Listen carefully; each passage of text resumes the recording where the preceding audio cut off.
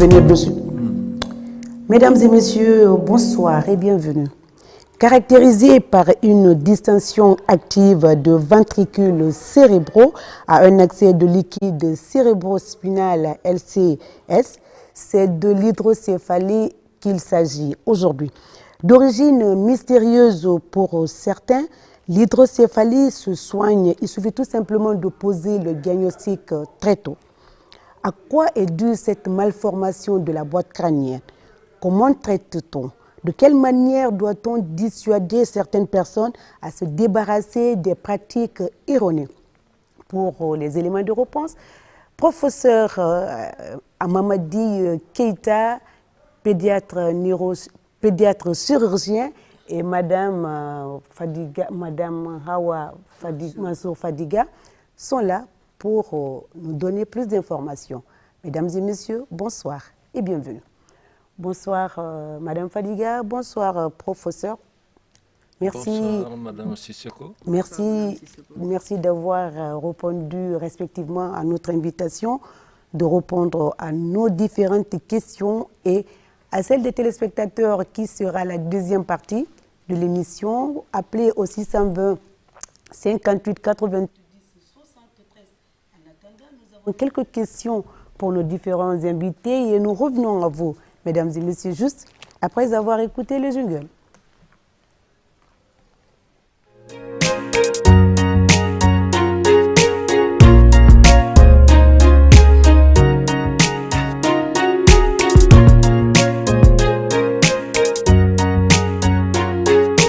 Docteur, 5 minutes pour parler de notre thème du jour, notamment l'hydrocéphalie.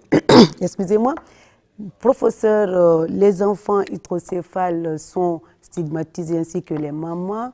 À quoi est due cette malformation de la boîte crânienne?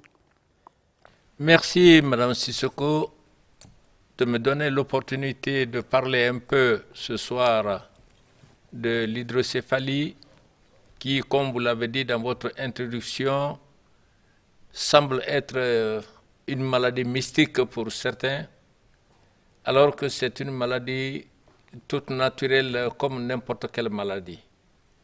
Et pour la définir, je voudrais que le mot hydrocéphalie est composé de deux parties. Hydro, c'est l'eau. Céphales, en latin, ça veut dire le cerveau. L'eau qu'il y a dans le cerveau, pour des raisons bien précises, est une production naturelle dans laquelle le cerveau baigne. Donc dire hydrocéphalie, ça n'a rien d'extraordinaire parce que cette eau existe déjà dans la boîte crânienne, c'est dans cette eau que le cerveau baigne. Mais pourquoi ça a pris le nom d'hydrocéphalie de façon péjorative? C'est lorsque ce liquide, une fois produit, n'est plus réabsorbé par l'organisme. Parce qu'en fait, quand le liquide est produit, il est produit par l'organisme et repris par ce même organisme. Quand cet organisme ne réussit plus à reprendre le liquide et l'amener dans la circulation sanguine, le liquide s'accumule, prend du volume et cette accumulation entraîne une dilatation de la tête de l'enfant. Dès que la tête est dilatée et les limites de cette dilatation dépassent les proportions normales, on parle d'hydrocéphalie. Mais en réalité, le cerveau vit dans l'eau. Le cerveau vit dans l'eau, mais quand on parle de l'hydrocéphalie, comme vous l'avez dit, une augmentation du volume impressionnant de la boîte crânienne. Et là, il y a malformation. Dans ce cas, il faut soigner la maladie. Alors, professeur, les causes réelles de cette augmentation impressionnante de la tête, les causes réelles, c'est quoi? Bon, il y a plusieurs causes, Madame Sissoko. Lesquelles? Elles sont nombreuses, mais nous allons prendre deux groupes. Il y a les hydrocéphalies congénitales. que l'enfant développe pendant qu'il est encore dans le ventre de sa mère. Dans ce groupe, il y a également 2 catégories. La première catégorie, l'enfant peut avoir une maladie de sa mère qui fait que le cerveau peut mal réagir. Ou il peut y avoir une malformation de l'enfant pendant qu'il est encore dans le ventre de sa mère. Cette malformation peut se compliquer également par l'accumulation de ce liquide. Si nous prenons par exemple une maladie telle que la rubéole, qui est une maladie virale, c'est la maman qui va faire la rubéole. Mais le retentissement de cette maladie se fera au niveau de l'enfant. Ou si nous prenons la syphilis. La syphilis, c'est la maman qui va faire sa syphilis. Mais par voie transplacentaire, c'est-à-dire à partir du placenta, l'enfant va avoir également cette maladie. Évidemment. Et ceci va également avoir un retentissement sur le développement de l'enfant, en particulier sur le cerveau. Et toute pathologie qui porte sur le cerveau de l'enfant peut entraîner cette hydrocéphalie. Parce que le cerveau ne sera plus capable de réabsorber le liquide qu'il produit lui-même, et ce liquide va s'accumuler et entraîner une distension du volume du crâne. Ça, c'est le premier groupe d'hydrocéphalie. Le deuxième groupe, nous appelons ça les hydrocéphalies acquises. L'enfant naît normalement avec un périmètre crânien qui varie entre 32 et 36 cm, c'est-à-dire le pourtour de la tête, entre 32 et 36 cm, c'est la normale. La normale, oui. Il évolue normalement, mais brutalement, on constate que la tête est en train d'augmenter de volume. Dans le contexte guinéen particulièrement, cette augmentation chez un enfant qui est né normal peut être due à 2 phénomènes importants. Le premier phénomène, ce sont les méningites. Et comme vous le savez, les méningites sont très très nombreuses dans la pathologie infantile chez nous. Et lorsque cette méningite-là n'est pas correctement d'abord diagnostiquée, ensuite correctement traitée, elle provoque des phénomènes d'irritation, d'inflammation au niveau du cerveau et les enveloppes du cerveau. Ceci également va entraîner une perturbation dans la production du liquide ou dans la réabsorption du liquide. Il y aura donc une stagnation de ce liquide et cette stagnation va entraîner également une dilatation du volume de la tête. Ça fait partie des hydrocéphalies acquises. Il y a aussi ce que nous appelons les accidents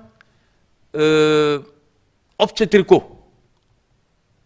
À la naissance, l'enfant peut être victime d'un traumatisme. C'est-à-dire qu'à la naissance, soit pour une mauvaise présentation de l'enfant, ça peut arriver, que l'on ne réussisse pas à extraire l'enfant dans les conditions normales, on peut provoquer un traumatisme au niveau de la tête. Ce traumatisme va être à l'origine d'une hémorragie, parce que les vaisseaux sont très fragiles à l'époque. Cela va entraîner également des hémorragies. Et ces hémorragies aussi peuvent entraîner une perturbation dans le fonctionnement, dans les capacités du cerveau à réabsorber le liquide qui est créé. Et dès qu'il y a une perturbation dans la production ou dans la réabsorption du liquide, le liquide va stagner. Et où il va stagner? Dans la boîte crânienne. Dans la boîte crânienne. Le cerveau abritant est en fait de 4 cavités dans lesquelles le liquide doit être déposé. Ça, c'est le génie de notre Créateur. Très bien. Voilà. Alors, professeur, vous avez parlé de type congénital, acquise, etc. Est-ce que cette maladie hydrocéphalie, est-ce qu'ici, on est censé parler des symptômes? Parfois, ça se passe dans le ventre de la maman, après l'accouchement, comme vous l'avez dit, congénital, acquise, etc. Est-ce que dans ce cas de figure, on peut mentionner les symptômes de la maladie? Oui, les symptômes de la maladie, quand l'enfant est dans le ventre de la mère, c'est l'imagerie médicale qui peut nous aider à poser ce diagnostic, notamment l'échographie, ou le scanner, ou l'IRM. Au jour d'aujourd'hui, avec le progrès de la science, si une femme fait régulièrement ses consultations prénatales, dès que son enfant va développer une hydrocéphalie, un bon technicien d'imagerie médicale doit pouvoir diagnostiquer cette hydrocéphalie à partir du scanner, à partir de l'échographie qui est l'élémentaire, ensuite le scanner, pour aller plus loin au niveau de l'IRM. Cela même permettrait à la femme de se préparer Exactement. Pendant l'accouchement, de ne pas être choquée à voir un enfant avec une malformation au niveau de la tête, du visage. Exactement.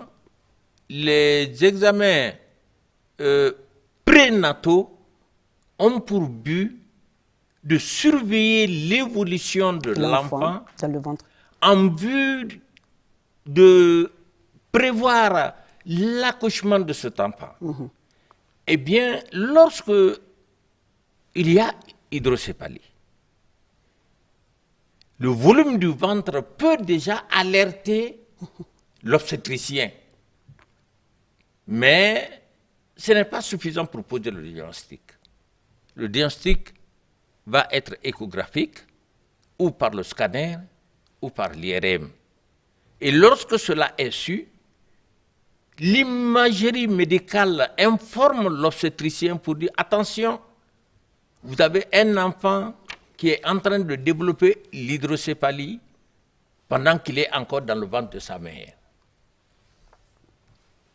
La femme est informée, les parents sont informés, le médecin est informé, et en ce moment, on prépare l'accouchement de cet enfant.